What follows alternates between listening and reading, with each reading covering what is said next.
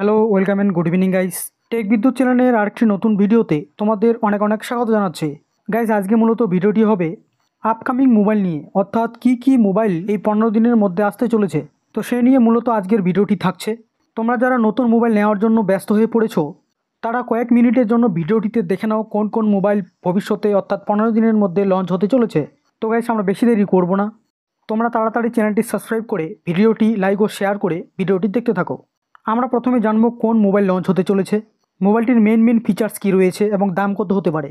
এক নম্বরে যে মোবাইলটি কিছুদিনের মধ্যে লঞ্চ হতে চলেছে সেটি হলো ওপো কোম্পানির K13 সিরিজের টার্বো মোবাইল। মোবাইলের ডিসপ্লেটি একটি 6.67 ইঞ্চের অ্যামোলেড ডিসপ্লে হবে। প্রসেসর হিসেবে পাওয়া যাবে মিডিয়াটেক ডায়মেনসিটি 8450, 3.25 GHz সিপিইউ পাওয়া যাবে, সঙ্গে রয়েছে 12 GB র্যাম। পেছনের ক্যামেরায় 50+2 এবং সামনের ক্যামেরায় 16 MP।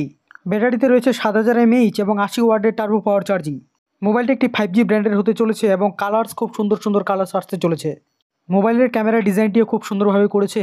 বাকি মোবাইলটি কবে লঞ্চ হচ্ছে এখনও ডেট জানা যায়নি, তবে খুব শীঘ্রই লঞ্চ হতে চলেছে। তবে এক্সপেক্ট করা হচ্ছে মোবাইলটির দাম গাইস 30,000 টাকার আশেপাশে থাকবে।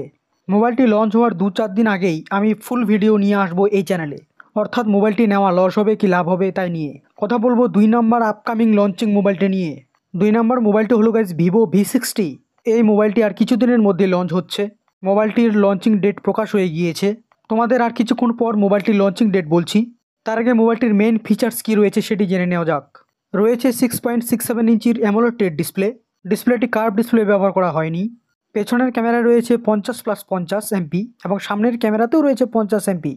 র্যামের ধরন 8 GB এবং 12 GB র্যাম ব্যবহার করা হয়েছে। সাথে ব্যবহার করা হয়েছে 6500 mAh এর ব্যাটারি এবং 90 ওয়াটের চার্জার। ব্যবহার করা হয়েছে ফুল বডি ড্রপ নচ এবং ব্যবহার করেছে IP68 এবং 69 প্রোটেক্টর। মোবাইলটি নিয়ে ডিটেলস ভিডিও আমি পরের ভিডিওতে নিয়ে আসব। মোবাইলটিকে 3টি কালারে ভাগ করা হয়েছে। মোবাইলটি একটি 5G ব্র্যান্ডের হবে। মোবাইলটিতে প্রসেসর ব্যবহার করেছে কোয়ালকম স্ন্যাপড্রাগন 7 জেনারেশন 4। রয়েছে 2.8 GHz সিপিইউ। র্যামের ভ্যারিয়েন্ট রয়েছে 8 GB এবং 12 GB র্যাম। জেনে নেব দাম কত হতে পারে মোবাইলটির। এক্সপেক্ট করা হচ্ছে মোবাইলটির দাম মোটামুটি 40 থেকে 42,000 টাকার মধ্যে থাকবে। মোবাইলটি লঞ্চ হচ্ছে 12ই আগস্ট, অর্থাৎ ভারতের স্বাধীনতা দিবসের 3 দিন আগে।